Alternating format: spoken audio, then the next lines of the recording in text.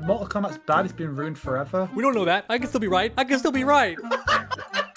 Melina retells the entire Mortal Kombat story, but using sock puppets. Fatality, battle rooms, art style, neon. Shin knock.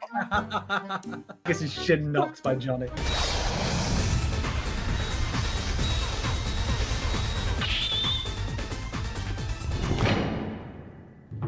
The names are just like dumb puns, like the Shaolin monk Pu Tang, and the God of Wind Fukin, and the Emperor. I don't think Dog's recording. The Emperor of Outworld Scrotal Khan. My bad, I had that mic turned off. Scrotal Khan is a pretty good one. Well, I already made that joke in one of my videos at the very start. Yeah, it's a classic one. The former Empress, Dilina, Dildonia. No, I was going to say, in my intro, I'm like writing a Mortal Kombat fan fiction, I say. I'm like, man, my Natara fan fiction is finally done. And the title is A Taste of Scorpion. And like, but the script, if you read it, it's just a B-movie opening. I believe you'll find her name is Titara, and she will suck you dry. Yeah. With the boob job. She's like... That is the one thing that sadly is guaranteed to not return because of how NetherRealm operates now. Boob jobs? What? No, you didn't let me finish. You always do this. If you let me finish. No, I was going to say the iconic bikini spikes are not going to return. She's not going to have them like the spiky bikini in Mortal Kombat 1. There's something I forgot to touch on before, which is why are all the Outworld ladies wearing open-toed shoes? Like, why is that the style now? Oh, yeah, I've heard about that. So my friend that we bring up every podcast now, he's a very faithful watcher. He sees every video. He already has complained. He's like, I don't even care they're open-toed shoes anymore because they've made their feet really small on purpose, and it doesn't even look human anymore. And I'm like, even I noticed that as not a foot guy, that their women's feet are really small in Mortal Kombat 1. Like, they're hilariously small. It's especially funny when you look at like the 3D era where like the hands and feet were huge. Like I mean, Lee May canonically has size 6 feet. That's canon detail we know. How good are you at like estimating a woman's shoe size? Could you look at Lee May's size, because she's meant to be 5'10"? Can you look at her size and then like measure her feet from the screenshots and work out if her shoe size has remained consistent, or if I'll have him on it. I'll put him to work. Another NetherRealm retcon, like ruined an iconic character. Fuck you, NetherRealm. My only issue is that it's clearly intentional. If it's not, then somebody at NetherRealm just does not know proportions, because your feet should be the same length. For anyone at home, men and women, your foot should be the same length from your forearm right about here to your wrist. That's how big your foot typically is, the sole of your foot. If you don't believe me, you can measure it right now. And these women have feet that are like half that size. So it just looks comically small. Like their feet look really tiny. They should have paid more attention on that. And it's a fighting game. The feet should be big because like they're a point of animation. It's like how, Sugar Punch brought up how the guns are always made bigger in video games so you can see them easier. Even though it might not make sense, it's not realistic, but the guns need to be big because they're a center point of the animation. That's why fists and feet are big in fighting games too, because they're the whole animation revolves around that foot traveling to your face and kicking you, right? So like it needs to be big enough to be the subject. Otherwise you focus on like their shin, because like the biggest thing coming towards the face instead of like the foot, I mean, it's funny because like Barack is still in that weird MK11 thing where he's like not wearing shoes anymore. his seem rightly proportioned, but I have had this realization just now. So if all the women from Outworld / Edenia have this style, Dog, what are you doing? I can see what you're doing, by the way. No, I meant I'm posting my meme. We can literally see your screen. You're recording your screen and you're showing us everything. Bro, you got group chat.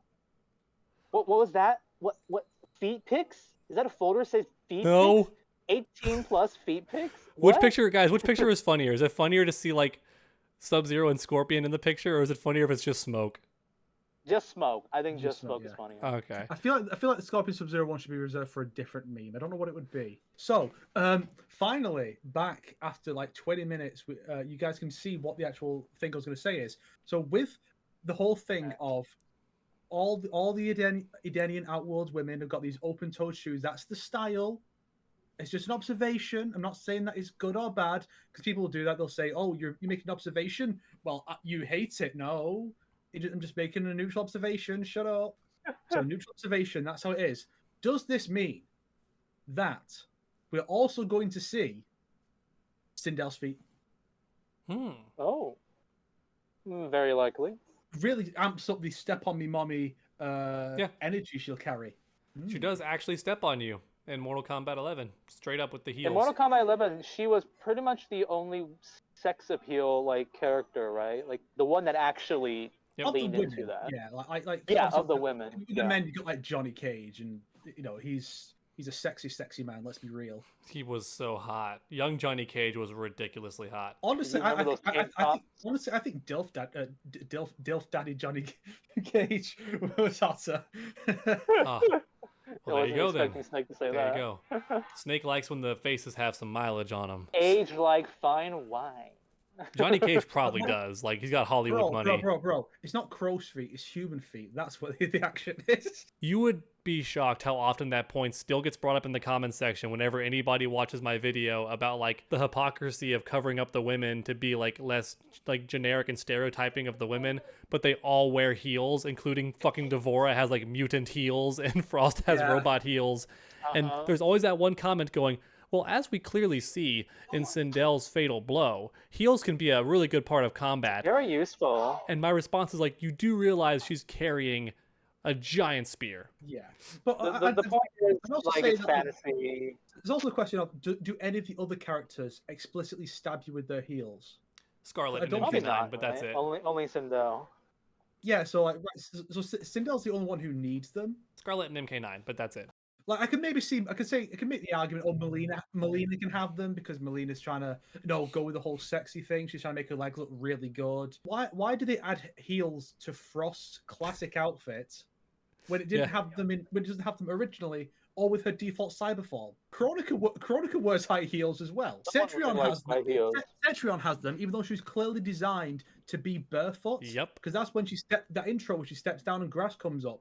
Clearly, that's the intention. This concept art where she's not wearing shoes, and then they gave her these. It looks good. The crystal boots look good, but like, why do all the women have to have high heels? Wait, did you guys already talk about Combat Pack 1? No. Oh, we didn't. You're right. Combat Pack 1. Fuck. Go ahead. Just so you guys know, I only have 1 more hour left. So I know. like, okay. So Combat Pack 1. So Combat Pack 1, we got the confirmation that the leak was real. It's Quan Chi. A lot of people are like, Snake's mad about Quan Chi. I'm not. I don't care. Ermac has a terrible design. We'll get to that in a minute. Takeda, for some reason, it's like you see him standing with these villains and these like guest characters. It's like, bro thinks he's part of the team. It's true. Yeah, I saw that meme. It's just a fan favorite. That's why he's put into this group. And then we have the 3 guests, which are all comic characters. It's Homelander from The Boys, it's Omni-Man from Invincible, and it's Peacemaker. From Peacemaker. Well, to correct you, it's actually Homelander from the show, and it's Invincible. I mean, it's Omni-Man from the show, and it's because they're all their show counterparts. We have had confirmation. Did you say Omni-Man is too? Because I have no idea. Well, they're not there because of the comics; they're there because of the shows. Because Amazon owns the show, right? Ed Boon has confirmed that Omni-Man is going to be voiced by J.K. Simmons. Nice. Excellent. Big W. Massive although W. that does raise a question of, will he be in every season of DLC, or are we going to get a Ronda Rousey situation where eventually he's just going to be recycling lines for all the intros? Oh, very likely, maybe. if it's very expensive like that. It's too much to ask, but I want them to record him saying everyone's name during his fatal blow, because he throws them into a cliffside wall and goes, "Think, Scorpion!" and then he starts beating him down.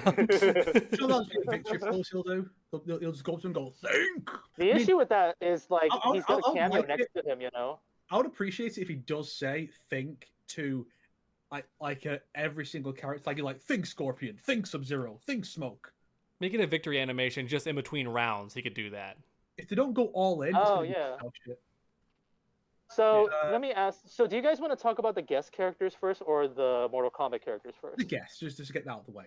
Okay, let me ask you guys this first.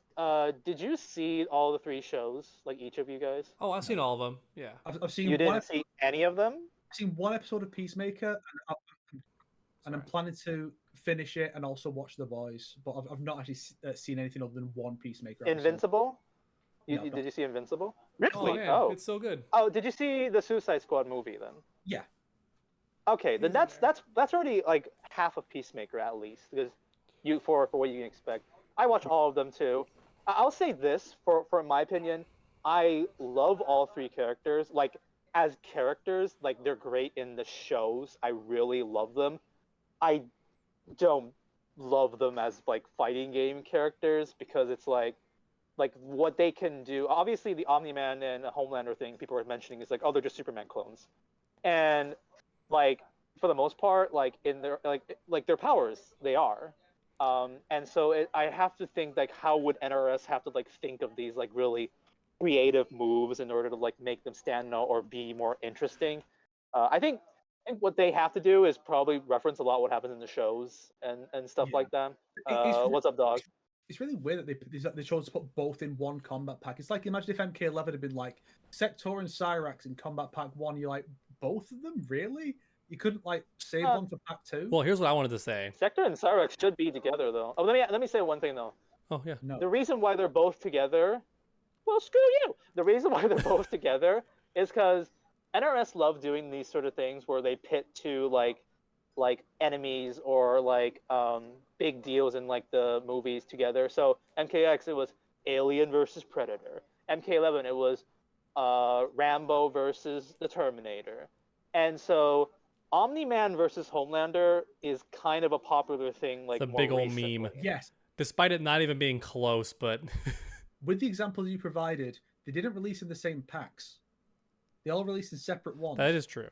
True, that is true. But I think the idea is still there, though. Like, here's what I wanted to say real quick. I had a crazy idea. I'm not against the inclusion of both of them. I just think that putting them both together in one combat pack is a bit much. Yeah, I mean, I'll go even a step further. I'll be the negative Nancy.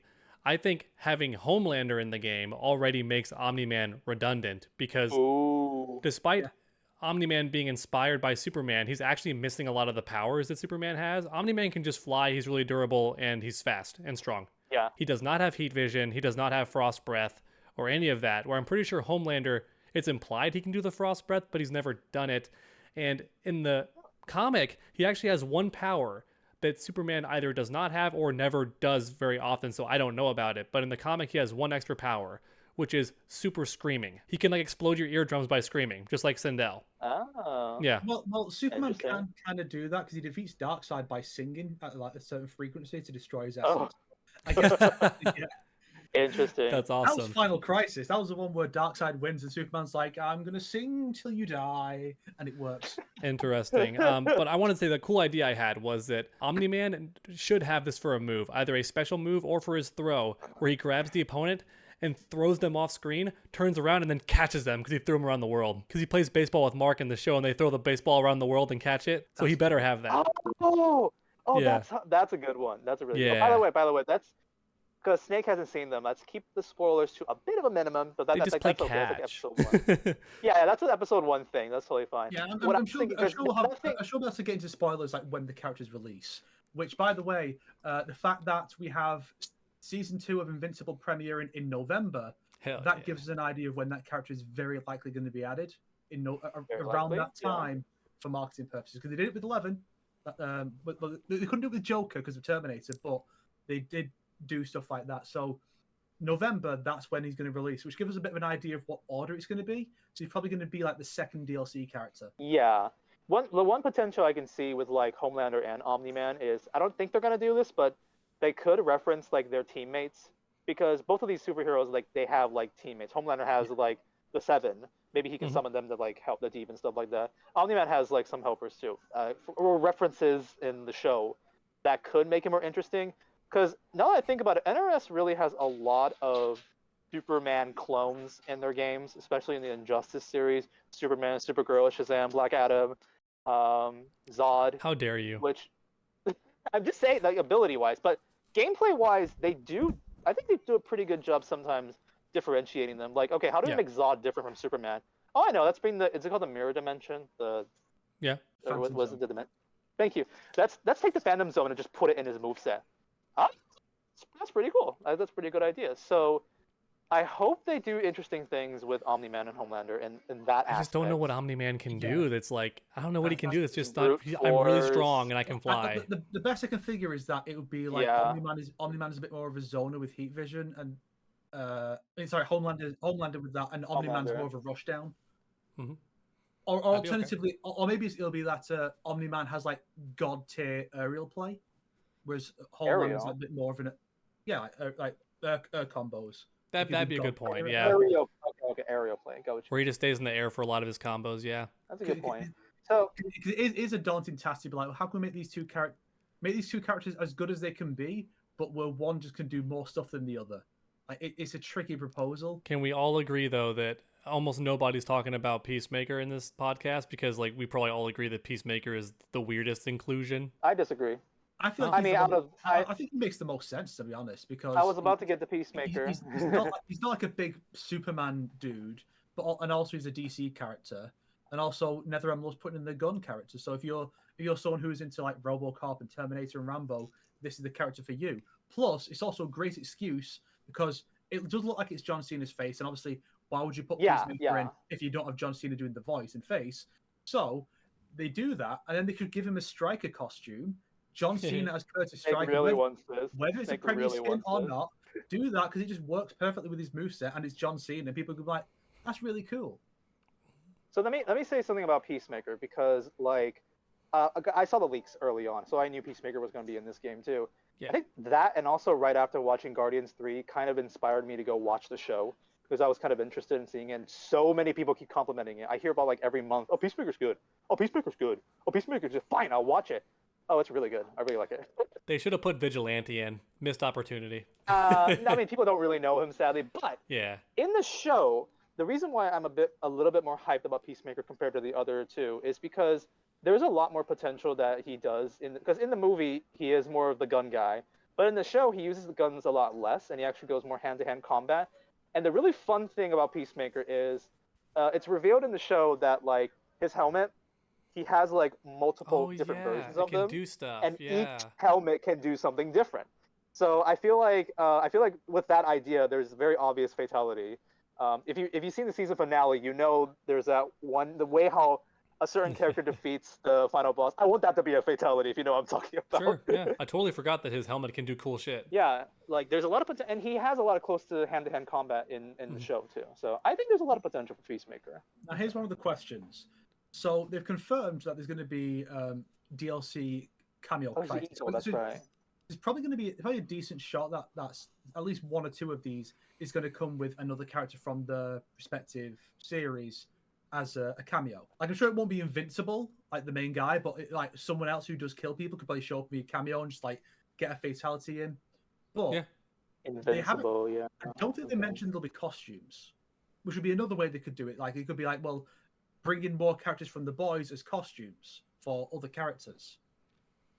Okay. So, I mean, I still think it'd be perfect if they were like, now we're going to do a Karl Urban Johnny Cage costume to come out with Homelander. Perfect idea. But could they do costumes? Because they're not confirmed it. And Injustice 2 had like no DLC costumes. So it is possible that they're going to focus on this other stuff instead of costumes, which I hope they don't. I hope we do get a bunch of cool costumes that aren't just literally the MK2 ones again. I think we'll get some. Hopefully we'll get to see some cool like collaboration costumes. Like I know they weren't the best choices, but having a DC costume pack come out with the Joker was fun. What would also be really cool is because in the show Invincible, not even a spoiler, but like he has a similar origin to Superman. The outfit that he shows up in is different than what he wears as his superhero form. He's kind of like assimilating into the culture. So it would be cool if Omni-Man has a Mortal Kombat assimilation costume where he's just trying to blend in more with like, you know, the Mortal Kombat appeal. That'd be kind of cool. He has like that'd be very interesting. He has the ninja V, but still the cape behind him and stuff. Be kind of cool. I know exactly who will be the DLC cameo alongside Peacemaker. Injustice Superman. Yeah, cool. And then his fatality. Think about it. His fatality is how he kills the Joker, but we'll get to see it in the game and all its violent. Oh, it's just like pull the heart out. Like that's his fatality. So they'll put him in just for that. It's like when Joker's fatality from DCU was brought back for Shang Tsung, just so they could show it off as like the violent, gory version. They can do that with Injustice Superman, as long as DC gives the go-ahead. And it happened in the comics, so I'm sure they'll let it happen here. So, like, ultimately, I think the guest characters, like, the thing that I am excited about is not, like, their gameplay, per se. It's just, like, I'm not really on board with the choices. But the things that I'm very happy about is just seeing them act, seeing them talk, Probably, I'm pretty sure the other two are probably gonna John Cena and like I forgot the Homelander actor, but he's great too. Like I just want to see them interact. I just want to see like what kind of like I just want to see them like chat and stuff. That's the thing that I'm looking most forward to. That does seem like it's gonna be like the most exciting part for a lot of people. Would be like just because you got a good set of actors. J.K. Simmons is wonderful in anything. Like he can even elevate like Legend of Korra material. He's that good. And you have John Cena, great as Peacemaker. There's a reason he got a show spin-off. So his show, he acts really well in that show too. I'm like impressed with him, John Cena, in that show. So that's gonna be great. I feel like that's like conceptually, it's a really bad selection of characters. Just like who they chose, they might be able to turn things around with the gameplay. Maybe they'll surprise us and have some really good hit. But right now, the only really exciting thing about it is, could we get these costumes or other characters to accompany them, and what will their interactions be like? Well, unfortunately, the interaction is going to be scaled back a bit because it's only 2 lines instead of 3. Okay, I'm also curious what their reaction to the getting clashed backward is going to be, because everyone's like reaction to the start of the round is like different when they get pushed back. I could picture like Homelander getting pushed back and going just like smiling, kind of pissed off, and his eyes just start glowing like he's all pissed at you for pushing him back, like you motherfucker. Eyes just kind of glow. And then Omni-Man just like he just pushes them back and then like slowly floats back. Just floats. Something like Pretty that. Cool. Yeah. Omni-Man is basically like he takes his job more serious, and then the Homelander is like he's like, I'm the strongest person alive. Why do I need to give a crap? Kind of a personality. So that part is fun to see. You're the heroes. You all are the real heroes. You're the hero. It's me. I'm the hero. Yep. I love those monologues. Okay, so I still want to have like an intro or something where that meme of. The Deep when he shows up and he's like the music's playing. I want the cameo fighter to do that. To walk up to Homelander like a victory pose and he's like, yeah. Deep thoughts with the deep. Deep thoughts with the deep. Yeah, that's what I was about to say. That's it. Rain will get a costume of the Deep. That'd be good. Oh, that'd be awesome. I love that. That'd be great for trolling. It'd be like so fantastic. So so then we have the 3 MK characters, the real characters in this. Who, let me first say some people are like, oh, they're not even gonna have story. It's like they probably will. They probably will have story. They probably are gonna. Apparently, Ed Boon has said the game will be supported longer than 11, which means That's a big point then, Snake, because that same friend in Discord, I'll put his name on screen again. He had a theory. He said, "Do you think that it's Takeda, or do you think that it's Takeda? Because if it's canon, then he can no longer be Scorpion or Kenchi's kid. There's no time for that." Unless there's a big time skip, which means he could be Takeda, the guy who was part of the Lin Kuei and then broke off and formed the Shirai Ryu. So. Well, then he can't be canon in story mode then. But yeah, it's more likely that he is he can be canon if they pull a time travel shenanigan. Oh no, stop. Stop it. Chronica could put like Nightwolf and like Shang Tsung in like her little like nothingness portal, which got released after the reset. Wait, they mentioned Kenchi's girlfriend already too, right? It could be they already had a fling. Yeah. They could have already had a fling, and she's already been raising Takeda in the background. He didn't know. It's possible. Although he wouldn't be like that age. But I look at the design and think he looks a lot more high tech than what we saw. He has the glowy chest. He still has the chains. So it's like I'm pretty sure that's. It could just be the style that they're going for, or it could be that he's part of some kind of like backup plan that Liu Kang has, where like perhaps he's like, I'm just gonna save the combat kids for an event something goes really wrong, because they might not even exist if things don't play out right. So you could be like, I'm going to put them in this void, and then if I need them, I can call on them for like time stuff, as like time cops basically, and that's where Takeda comes in. And then season 2 will be, now we're going to bring in Kung Jin, Cassie, Kung Jin, and then they'll bring in Cassie or Jin, whoever was not in there, and then Jackie will never show up again, and then we'll have no, I got it. Combat kids. Kung Jin will be playable, and Cassie and Jackie will be cameos, right? Because that way all of them can be back. It's fair for everybody. Well, I hope that Cassie is voiced by her OG voice actress again. I think they're both good, but yeah. You got K. Woohoo! Ding dong punches your nuts. Okay, so I want to say something about the Mortal Kombat choices. I think it's good, the choices at least. Takeda, Ermac, and even Quan Chi. It's like it's not a bad choice to have as like a DLC if you're not going to have them in your base roster. Yeah. Of course, we don't know how they play, so we'll see how that goes. Let's leave the elephant in the room for last. We were talking about Takeda. I'm not really too sure how I feel about the armor currently. It took me like a while to realize, oh, it's Takeda. Like, because like the chains or maybe a little bit of that, the Someone said his mask looks like the Ghost of Tsushima mask. Well, yeah, it's obviously they adapted the Reference. MKX one, but you had the mask for one of his variations. I mean, to be fair, like we do have the guy who played Jin Sakai playing Scorpion now, so. Yeah, but yeah, like I'm happy Takeda is in the list. Nice, great. He's probably my favorite NRS character that they've done, probably. So just it's a fan service character, obviously. Quan Chi, sure, no comment. The cool thing about Quan Chi is that if either Shang Tsung or Quan Chi have a cameo fighter, that means we can have the Deadly Alliance. Like when you play, you can play as Quan Chi and have a Shang Tsung. It's probably going to be Shang Tsung if anybody has a cameo because they can make it old man Shang Tsung. Oh yeah, that could be fun. Make him float all gimpy too, like MK, the very first Mortal Kombat Shang Tsung. Don't even walk, just have him hover. He fires 3 fireballs, and just like hovers off. Oh, that's right. That's classic. Be kind of cool. I don't have much to say about Quan. What do you guys think? Elmer Fudd. But I look at him and I think I'm glad someone in this game looks like them, because a lot of the other characters in the face have changed too much. And they kind of look like generic, like almost like what you've seen, like a Chinese ripoff kind of designs. Oh damn! That's what I said about the male characters. Quan Chi is Quan Chi. I still don't know why he's got the Dragon King tattoo on his head. It's a weird choice, but interesting. Could be foreshadowing. Maybe the Dragon King. Because you do see Dragon King soldiers, I believe, in the first trailer.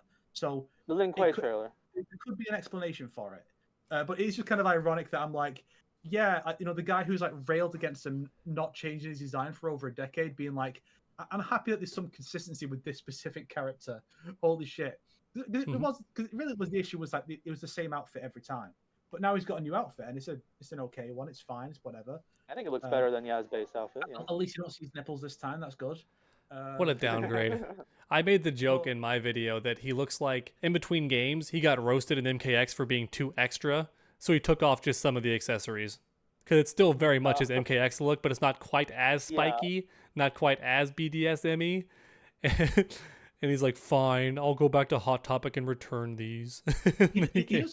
It's almost like a mod. Like if someone took like his head and put it onto from MKX and put it onto an MK1. How much it looks like the MKX look. I get what you mean. He does still look most of the same as he did back then, whereas everyone else is like they're trying to be like a new real person. Not even just a real person, it's a new real person. Well, like Jax is like the only one who's allowed to have the same face. I think. I just hope that story-wise, he's not given like a big role. He's not going to be, he was the secret assassin of Jared all along or something. I want him to keep the way he was in MKX. That's too small. I wanted to keep it the way he was in MKX because in MKX he was treated the way he used to be, where he's a complete fuck up. And Scorpion's Revenge got that right. Where he's constantly hoisted by his own petard, whereas he's not this genius mastermind he wants to be, but he's an idiot, and so he can't be. And that's what Quan Chi's supposed to be, and I hope that's what they stick with for this game. He's going to redo his ending from MK4, but it's going to be Onaga instead, where it's like, well, Quan Chi, you've served me well, but now there's no use of you. And his like, Kamidogu doesn't work. What? Ha, fool. I swapped it out. This is the real one. Oh! And then he fires it and just kills Onaga. Oh, my baby boy. Oh my gosh. He's like so lame. Well, I can say that the one good thing is that we all know what the next poker skit is going to be. True, making fun of him. I already have it very planned. Have y'all heard the theory about why his face is showing? Well, because it's Jared. I heard Snake's theory. Yeah, because it's Jared. Which is the Jared's thing. Yeah. Okay. My theory is that, and a lot of people seem to agree and like the idea, is that Ermac here is just Jared given life again by Quan Chi as his enforcer. Because it's weird to see those two together. It reminds me of the Kombat Pack 2 trailer for X, where the two are just hanging out in the dead woods for some reason. They have no affiliation, and then Leatherface just comes and kills Ermac. Like, why is Quan Chi there? I love that though. Poor Ermac gets jump scared. I always found that funny. You know what I think? This is like way too fifth brain, but what if to fool the like Edenia or Outworld into thinking that he's a good guy, Shang Tsung's first show of favor is he resurrects King Gerard, and that's how he just looks like. He looks like Ermac, and he's like, "I'm back, family." Because it would be cool if he still has his personality as King Gerard, but just has Ermac's moves. That'd be super interesting, I feel like. Even like incorporate some of the King Gerard, because there's like that comic panel of him like throwing arrows using a sword. Have him like summon a soul sword and like slice with it for one of his moves. Be kind of sick. Give him the shield that he has in the comic where he blocks all the arrows. Sort of like Kenshi's like ancestor. Let him summon like soul warriors and like be able to use moves like that. He's gonna be JP in Street Fighter 6. Just go, JP. go. Just summons all the spirits. Go. Ermac did teach Kenshi certain moves in the original timeline. Taught him how to slam stuff. The kinetic slam. Slam. That's the one. So it could be that one of them teaches the other how to summon like the souls of dead warriors. Because it does raise the question of, because the idea was basically it's all dead Edenian warriors who were killed by like Shao Kahn. That was originally. Originally it was Outworld warriors, then it was changed to Edenian warriors. So with the current timeline, where are these souls specifically from? If he is indeed still an amalgamation of souls, is it just random dead? Is this random dead people? Is it specifically dead Outworlders? Ermac is going to be like as an orphan picked up on the streets, and General Shao took him in. Quan Chi took him in. He taught him the soul magic. That's it. That's his new lore. It's the Well of Souls. Shang Tsung finds the Well of Souls and uses them to get enough souls to create King Gerard. Like, he needs all those extra souls. And then Kenshi's like, I sense a disturbance in the Force somewhere. I somehow feel like all my ancestors just got fucking rolled on. Really cool. That'd be brilliant, actually. We could have done it, Snake. We could have written Mortal Kombat 1. We could have had it all. I think because Ermac is DLC, I don't think he's going to have like any presence hugely in the story yet. No. But that would be kind of cool. I'm sure there'll be a story follow-up afterwards. Mm-hmm. Yeah. Hopefully. I wonder how upset Ermac fans would be, though, if he is King Gerard, because then he would never say, we are many or anything. He wouldn't say, we are anymore. He'd just say, like, I, because he'd be King Gerard. Like, as king. Like, it wouldn't be, like, Ermac's essence anymore. Well, the way the middle ground is that he shows him and says, I am King Gerard. My pronouns are they, them, because I'm literally a bunch of dudes. I also find it funny, real quick, tiny segue. I love how canonically the move that Ermac taught Kenshi was how to pick something up and slam it down. Like the most basic of things to learn with like telekinesis. Like he's a child or a caveman. How dare you not show that move in Snowblind? That's like, come on, Ermac, do the move. And he just does that at the very end of the movie. Yep. To be fair, though, he does look very careful when he picks them up in all the games. He's like, ooh. And then bop. True. Yeah, I like when I first saw that like design, I was like, I had to be very quiet because it was midnight and I didn't want to wake my group up. I was like, heavy breathing.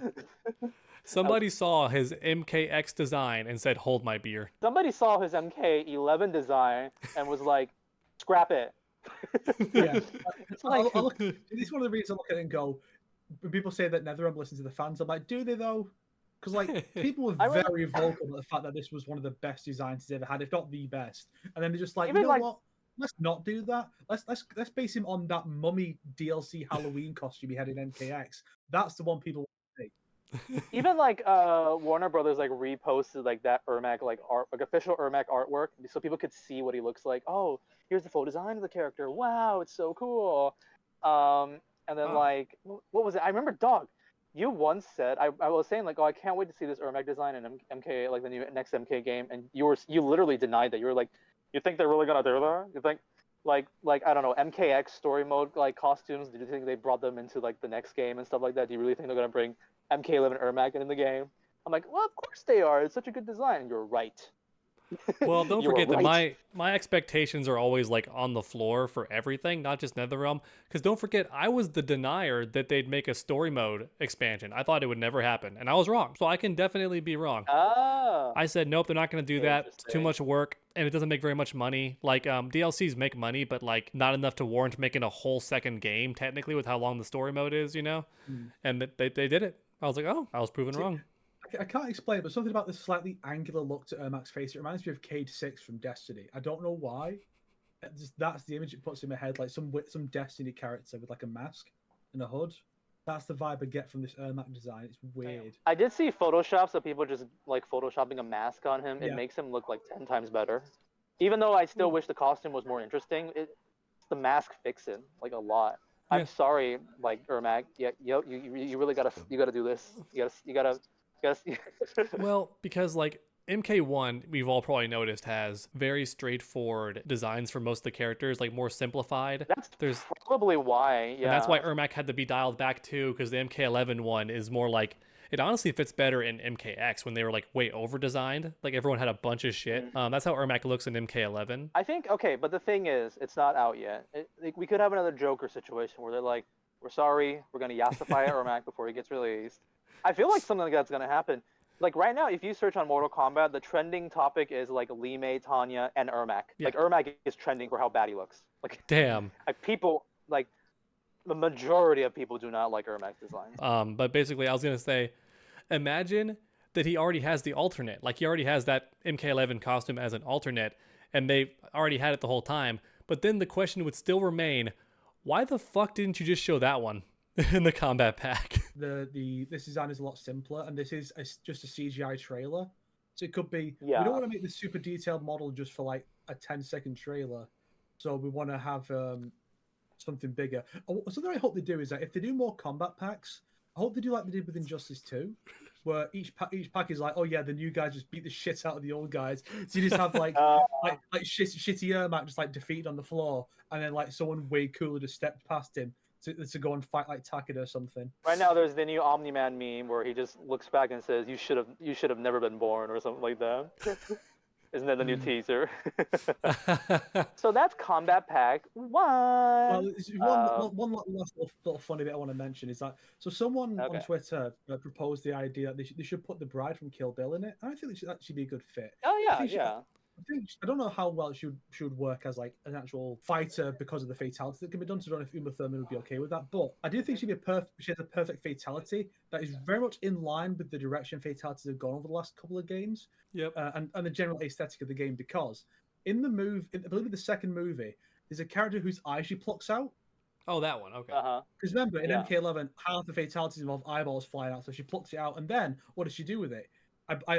I never saw the film, I only read this, but I believe she steps on it with her bare foot, so it's completely in line with the aesthetic of MK1 and MK11's fatalities. So she's like the perfect guest character because she can just represent all avenues of MK, the weird aesthetic choices and the weird fatality choices. She's perfect. I thought you were gonna mention the Kill Bill 1 fatality. The most badass thing about that is after she does that, the other person just starts like panicking, starts like swinging her sword around, like, "I'll freaking kill you! I'm gonna get you!" and all that kind of stuff. And she just leaves because she's already missing an eye. She just leaves her alone.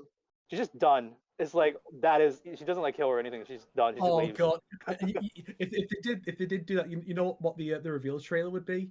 She does that to Kenshi. Or you can have a joke about it where she does that, and he goes, "Haha, joke's on you. I'm already blind." No, that's everybody in the combat pack. We have gone through the combat pack, and I guess we'll see where that happens. I hope they do a costume pack for the Legends films. So it's like Scorpion, Johnny, and Kenshi, and like maybe throw in Liu Kang or something. Just a pack for all those. If Kano is playable. Or just do King Kano as a cameo. That'd be pretty sweet. Oh yeah, that would actually be pretty sweet. And then they should do like a 2021-2 pack as well, including Johnny Cage. All right. Speaking of Johnny Cage, that's a good like segue. What I forgot the word. Thank you. Segue. Goodness gracious. Speaking of Johnny Cage, Cage Match. The trailer just dropped with the San Diego Comic-Con, like as the finale in a way. Ed Boon did tease that. He's saying Mortal Kombat isn't just a video game, as saying like he's gonna tease the trailer. Yeah. So trailer came out. I don't have much to say except like I like it. It looks pretty good. Like they changed the arts. Okay, here's my tweet that I made. They changed the art style again, which God bless them because they got it. Like, because I think it's like Warner Brothers says like, oh, we got to change the art style like every time or something like that. And like they really went kind of crazy with the new art style this time. They say that. I'm sure what it actually is we're having different animation studios make each one, so we can have one a year. Are they different? And that's probably the real It's reason. the same, maybe, but it's also made by the same people who did the previous movies. Like, at least that's what I've heard. Like the animations. Because I think Studio Mappa does a good job changing their style all the time too. So some animation studios are just really good at that. Yeah. Well, my joke is like, okay, so what's the next Legends movie is gonna be in stop motion? The next Legends movie is going to be Melina's story, but she's psychotic like Harley Quinn. So it's drawn in like crayon. That's how she sees the world. Because she's like childish in MK9. She's like a little kid. That'd be insane. That's my sister. And it's like she sees an actual sister. They should make a CGI movie using the the studio that does the CGI pre-rendered trailers, like Mortal Kombat 1 trailer. Like a movie in that style, it'd be expensive as fuck, but those blood effects are really good. They could make a really good thing. But anyways, another thing I want to mention about this cage match. Mortal Kombat Isekai. Sorry, go ahead. No, that's gonna be for Suicide Squad apparently. Yeah. That's so funny. I mean, to be fair, Mortal Kombat is an Isekai. Yeah, it is. Yeah, I guess so. That is true. We're gonna Isekai to Outworld now. when the Isekai world goes to war with your original Sakai. Melina gets Isekai'd.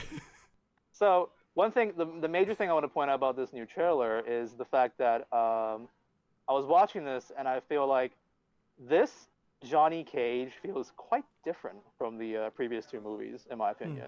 I mean, he looks yassified for sure. Yes, but not only that, I think he's much more of like a Riz King.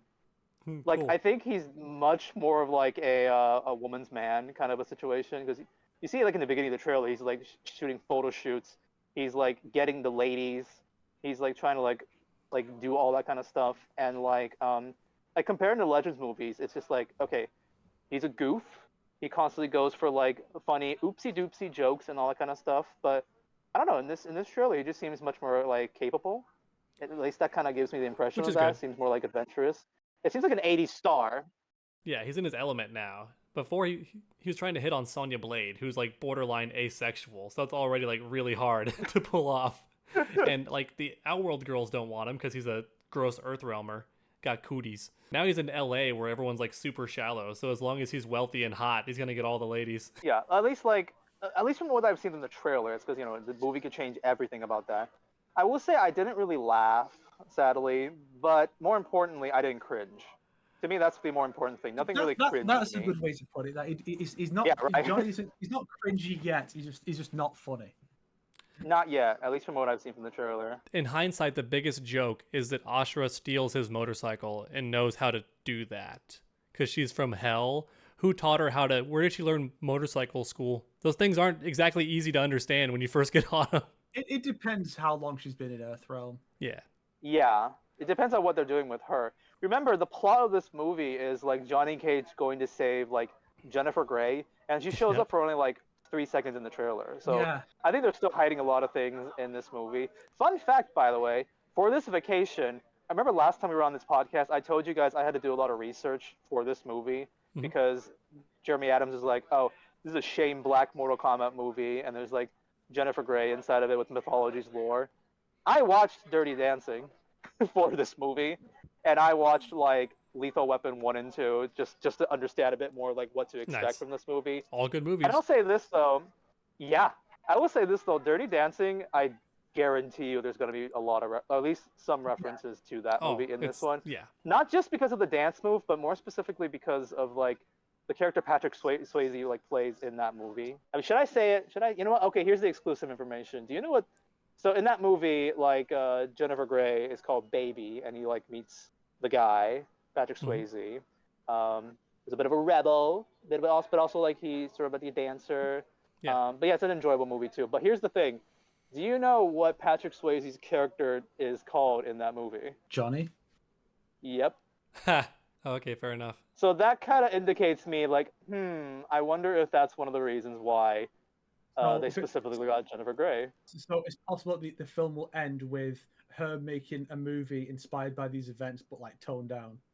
And that's what that film is. I will say, there's one line in the trailer that like I didn't like at all. Otherwise, like you all said, it was very serviceable. I hated the final line so much when he goes, "Oh, she'll be fine." Then like an explosion happens, and he goes, "See, totally fine," and he walks off. I'm like, that's not even a joke. That is an anti, like, that's a nothingness. It's, Like, that's it's not like a even... reaction. I feel It's like a reaction kind if of he thing. just said she'll be fine and that was it, that'd be Sam decent enough. And like just like walk off like, oh shit. It's like, they feel like they have to like lay it on thick, and they lay it on too thick. Or the explosion happens. I'm not always right. Should have better stuntmen. Or like, should have better effects crew. or I could say it's a demon. I don't care if it's okay. I want it to die. Or just like, oh, like, God, I hope not. And then it bursts into flames, and he's like, yes. See, that's already better. Like, so, think she'll be okay? I hope not. Yes. I think the one joke that I did like, which I mean, like, I don't know, I just think it was kind of funny, was the grandma joke. Oh, fun fact, that's Grey Griffin, who was Katana in the previous films. Oh, shit. Oh, that's awesome. Yeah, I could hear there's like a lot of... The little thing is, I noticed while watching Sonic's video when he was playing his katana, Grey Griffin definitely did the battle grunts in MK9 as well. Not the dialogue, just the battle grunts. Because in 9 and X, a lot of the voice actors didn't do their own grunts. Like I think even Steve Bloom in MKX didn't do Sub-Zero's grunts. I think it's someone else. Oh wow. For some reason. But then with 11, I'm pretty sure it is everyone doing their own battle grunts. It's such a strange thing. So she was the perfect person to play Katana in the Legends films if they weren't going to get her main voice actor back. Yeah, I think she does a pretty good Katana. It's just, I always say, like, she looks like Azula. I mean, she sounds like Azula. Always reminds me of that. But I mean, that's her voice, basically. Yeah.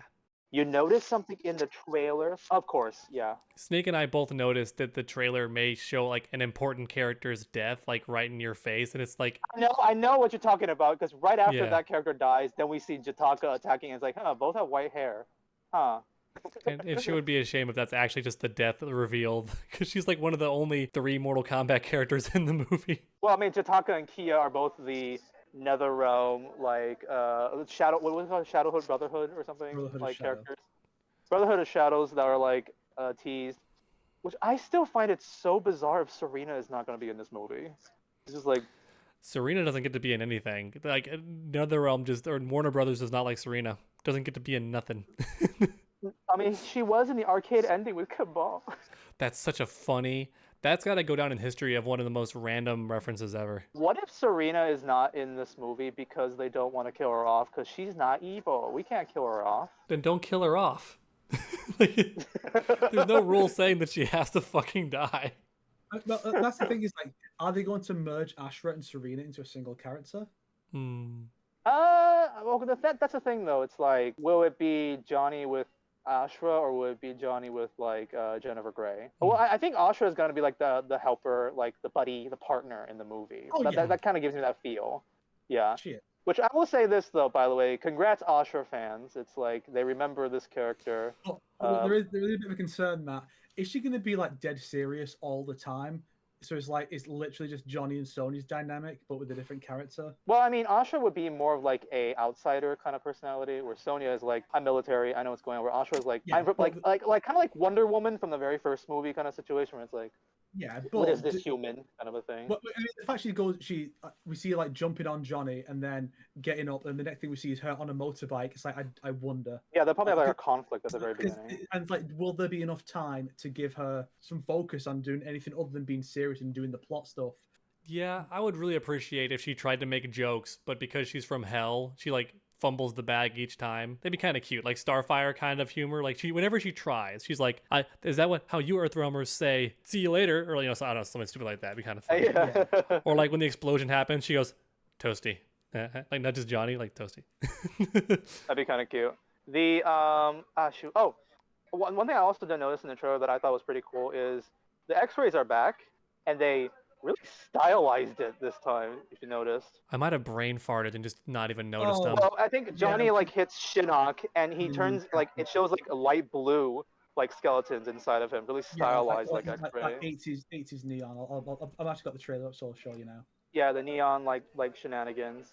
Shinnok. Yeah, I think the one thing that I'm most impressed about this trailer is I guess he's shin knocked by Johnny. It is Shinnok. I think really the one thing I'm most impressed about this trailer is the art style and how crazy they're going again. It's just like, wow. I can't think of a DC movie that dares to do something like this in terms of an art style. I hope it's not like Battle of the Realms. That first, yeah, I hope not too. All the honestly, good parts are in the trailer, then the rest are like popsicle sticks. Battle of the Realms, I was very looking forward to. Snowblind, I was hesitant. I was like, This one, I'm more positive again. But yeah, I hope it's not a Battle of the Realms situation again. Like I was saying, holy crap, I forgot what I was saying. How dare you, dog? You made me forget what I was saying. It's what I do. Let me think. Fatality, Battle of the Realms, art style, neon. What was I thinking? Okay, Melina retells the entire Mortal Kombat story, but using sock puppets. That's the new style. I have to use sock puppets for the entire movie. What do you think of the title screen when it shows? Oh, I remember what I was gonna say now. I'll say it after you're done, Snake. No, go on, get on with it. Okay. So that first teaser image did not do favors for this movie. That yassified Johnny on a car is just like, what the frick is this? This is ugly. And then you see like the trailer and also like other images, and it's like, oh, this is like vibrant throughout the whole movie. This is like Vice City type kind of shenanigans. It's like, yeah, that made it more interesting for sure. Genuinely, I think this way would have been a better screenshot to show off. I remember I saw that. I was like, this is definitely like totally referencing the fact that people use that for default like nowadays. I get that the font like for Cage Match is like cursive to look like Johnny's autograph, but you couldn't have done something with a cage or something. Yeah. Come on, guys, get it together. We'll see in the movie because it's a trailer after all. The trailers. A part of this is because I'm so done with 80s nostalgia because I don't have nostalgia for the 80s. I didn't exist yet. I wasn't. Doesn't matter. I wasn't released to the public until the 90s. So I don't have nostalgia for the 80s. I'm tired of and every 80s thing is just it's like, yo, what if we do synth music and make the color scheme blue and pink? That's not true. That's not true. Whenever 80s reference is like Stranger Things. Where it's like, do you remember that? Remember this? Kind of a thing? What if we make it look like a bisexual disco with loads of pop culture references? That's 80s nostalgia. It's shallow, it's overdone, and I fucking hate it. I'm still stuck on the part that you didn't even say you were born. You said released to the public. That's how you were brought into the world. I was released to the public. First, I was going to say I didn't come out until the 90s, but that suggests something different. So I do think it's almost like they were planning to make this movie sooner because everybody was doing 80s shit for like that straight 2 years in Hollywood. I like the 80s stuff if it's done well. The same way that every girl likes to go to an 80s party. They dress in their little sweatpants and their yoga pants, and they we can prove they were going to do it sooner because like the third name listed of the actors is a guy who's been dead for like 2 years. Oh yeah, Gilbert Gottfried. Well, no, I can prove that they've done it sooner if you watch my Snowblind video. No one watches your videos, Nick. I mean, yeah, Sonic. A TLDR is like Jeremy already finished the script of this movie before Snowblind was even like made. Oh, wow. Like he had like 6 ideas already done, and he just kept saying like, "You guys want to do cage match?" Okay, but cage match? Like, fine, we'll give you cage match. Stop it, Jeremy. Yeah, it was very much like chase a trend to an extent that unfortunately it didn't manage to make it in time for. Because I'll be honest. I know 80s nostalgia is still going, but it's like not as like overdone as it was back then. So in that sense, it's probably better to release it now when it's not like so overdone. Yeah. But at the same time, it's like I would have just changed it. Honestly, it would have been like, don't do 80s, do 90s or something. Like, or just go really out there and be like 1930s silent movie, Mortal Kombat cage match. Oh my gosh. The reason, to me at least, 70s Hong Kong kung fu flick with Bruce Lee. Like it's just Enter the Dragon, but with Johnny Cage as the main character. Oh, like dub it over. To me, honestly, like I think the reason why this whole movie, like 80s, all that kind of style, is really just because Jeremy Adams wanted to do it. Because like I look at this movie and I don't think anything beneficial like financially except for the Johnny Cage being the main character. It's just like what is this, like 80s style Johnny Cage action movie with mythology's lore with Jennifer Grey, and like half or 80% of the cast aren't even Mortal Kombat characters. Like, that just seems like a financial risk, and that's why I really just feel like this is just a movie Jeremy wanted to make. That's conceptually, it's conceptually a fever dream. And that's the riskiest part, you're right, because 80s is always a winning theme if done well. Like, you can do 80s whenever you want, and it's fine. But the actress, like, you don't even know who that is unless you, like, know Dirty Dancing or, like, some of those early films. Unless your parents forced you to watch those movies, you don't know who half those people are. But I do love how horrible it is. The list of characters that got to be in an animated film before Melina now includes Ashra and the side sisters of Serena. Yeah. Like, they've only been in one game, literally, and like out of all the entire series. The cameo, they appear in Armageddon as well. You fight them in conquest mode. Oh shit. Oh, interesting. I didn't know that. Cool. I forgot about that probably. Yeah, that's all they've been in, and it's like, yeah, they get to be an animated movie before Melina. Yep. One other thing that they get to be in an MK movie at all before Melina's backstory gets to be in a movie. Yeah. They have never addressed that. Do they even imply it? Yeah, do they even imply? I don't think so. Yeah, she was supposed to be in Battle of the Realms. Tony's like Katana in Annihilation. He goes, "You wish," and that's all the implication you get, that she looks like Katana, even though she doesn't even share a scene with Katana. So you could have just cast Katana's actress and just yeah. Man, it sure is a bummer that Melina went on vacation before the Battle of the Realms tournament. Yeah. It's such a bad coincidence. One other thing that I'm actually, like, interested in this movie is, like, Mortal Kombat was made in the 90s. So it's like they really have to make up a bunch of things in the 80s for this movie. Predates itself. Like, yeah, that's kind of where it's like... How much better would it be if it was set in the 90s and Johnny Cage is just, like sat on a throne of, like, unsold Superman comics? Like that one guy, and then like someone attacked him. He's just like Pog attack, and he's just throwing Pogs like shuriken. You see, the thing is, if Mortal Kombat is set in the 90s, that's called Mortal Kombat 1995. I thought what Snake was gonna say is, what if the cage match movie took place during the modern day, but at the very start of the film, like, there's a different art style, but then when the action starts, like, Johnny Cage goes, you know what, we're doing this 80s style, and like snaps his finger, and it just changes to like the 80s art despite being in the modern day, and it's like synthwave He-Man music style. Ooh. There should be a He-Man reference. That we'll see. There should be. I also said that because it bugs me that the first one, Scorpion's Revenge, is the only one that had a special edition with a little figure. Every one of them should have had one. And then Johnny Cage should have been like those G.I. Joe MK figures from the 90s. That's what Johnny should have had. Because I know it's from the 90s, but G.I. Joe's was big in the 80s. So you just do that little Johnny Cage G.I. Joe figure. That would have been sick. But no, they never listened to my ideas despite me having the best ideas ever. The Legends crew is out of budget.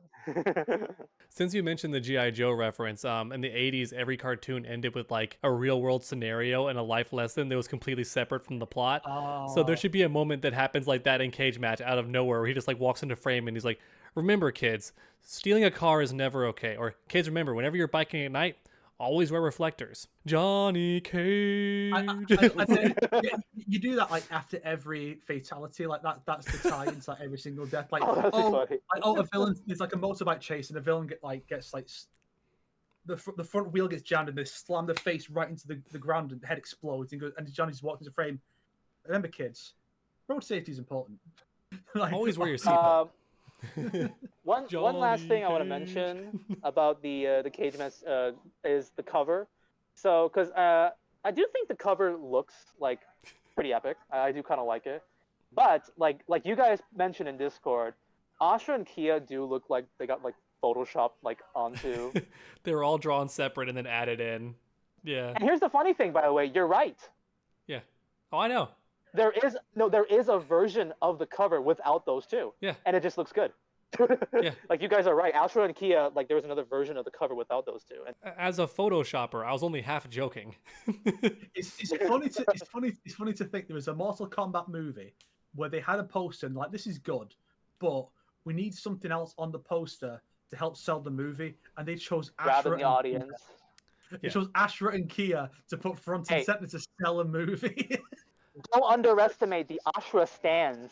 They are on Twitter every day now because Kelly Hu, and she's not even voicing Ashra in the MK1. But still. We don't know that. She could voice too. I can still be right. I can still be right. Your secret revealed character, clickbait, could still be right. I mean, she played 3 characters the first time she was in MK. When she was in MKX, she played 3 characters, so it could happen. There you go. Eat a bag of dicks, everybody, until confirmation. Eat a bag of dicks. If not, then spit it back out. Well, boys, it's actually really close to my dinner time, so I'm literally walking to my restaurant now. So, any last things you want to say? Anything? Closing thoughts about KG Matchy or anything else? Mortal Kombat's bad. It's been ruined forever. I'm not hyped. Go home. Damn. That seems pretty common. He does not speak for me. Netherum, if you're watching, I know you love me. If you're watching this because you love me, Snake does not speak for me. Yeah, Netherum, That's it. That's what I'm gonna say. if you want to send Dog some like free stuff, remember it won't. I won't be getting any of that free stuff. So you can just give free stuff to Dog, give him codes for the next game, give him early access to the movie, and that's not so I can watch the movie earlier on the podcast. No. By the way, we are going to have some kind of. We are going to do, aren't we, like a reaction watch along for the movie? Yeah, we got to. It's so much more fun. So that's going to be an episode. Sonic appears to be frozen. I guess Sub-Zero got to him. I'll add the effect. I'll make him blue. I guess that's the point to end it. This has been fun, also annoying because random Italians in the background shouting stuff in spaghetti language. Yeah, I wanted Sonic Ha to take pictures of his food. I hope he still does that. Oh, well, there goes everybody. You know, it wasn't bad enough that he like leaves at the end, and now he's fucked up my layout. And now it looks all weird because like I'm in the wrong spot and shit. So son of a bitch, I'm over here now. Also, actually, I gotta stay down here because otherwise we get Infinite World. We can't. We're in a situation where I can't fix it. This just proves that the show can't exist without Sonic because when he leaves, it just ruins everything. There he is. My mom called me and killed the cam. Nice. I'm being serious. Out of nowhere, just what happened? Boom, phone call. Nice. We were just joking that Sub-Zero froze you, and then like it disconnected, so I had to fix the screen. I guess my final thoughts is hey random dude. I guess my they can't hear me, can they? You have headphones in. No, of course not. Yeah, my final thoughts are Cage Match looks like a ton of fun. I get Snowblind vibes where they're just going to have fun with it and do stuff we haven't seen before, which gets me excited. Everyone, I hope you enjoyed watching. This has been the Combat Cast, the Combat Kings podcast, the Couch Cast. Do I not get to end with something myself? Dude, we do this podcast for like 6 months and you don't remember what it's called. Hello? Am I lagging? Hello? You've been doing the podcast. I just show up and talk. The third floor is bad Wi-Fi. I'm going back up. It makes sense because you're closer to God, who is the Wi-Fi commander. Yeah, I pretty much share the same sentiment as Dog with Cage Match. Basically, just do your own thing, do your own story, and like I'll be very excited to see what kind of crazy shenanigans you guys pull out of your bags. Hoo-ha. I don't know why that's how I ended. And yeah, I think the Umgadi trailer looks pretty good too. Overall, I was pretty happy with that one. A little bit more exciting than the Lin Kuei one for some.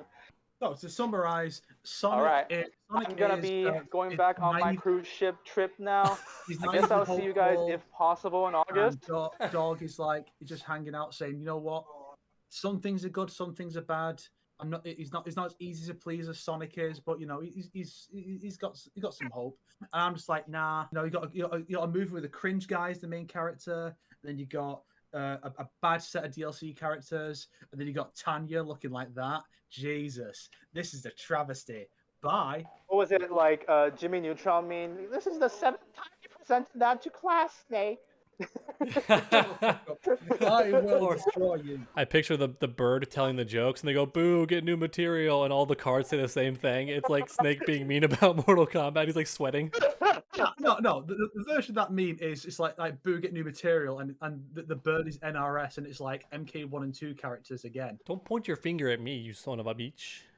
You don't say when the stream ends. They have Reiko now, Snake. They have Dairy. Anyways, I really gotta go. So see you guys later. Have fun. Bye. Hit the like button. It makes your penis bigger.